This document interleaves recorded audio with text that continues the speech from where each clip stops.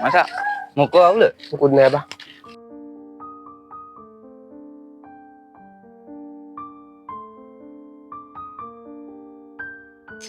මොකද බං අරුවට වෙලා තියෙන්නේ?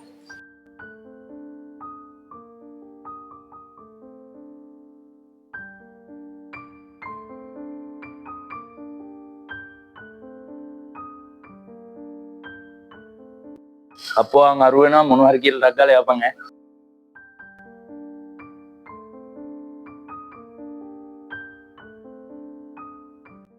අඩෝ උඹලා වෙසක් කුඩුත් හදනවද බා? වෙසකුත් ළඟ ළඟ වෙනවනේ බා. ඉන්නවක මාත් උදව්වක් දෙන්න.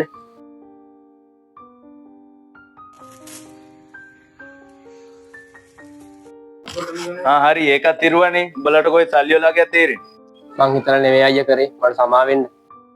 හරි බා. කවුලක් නෑ. ඔබ මාත් එක්ක කවුලක් ගන්න එපා.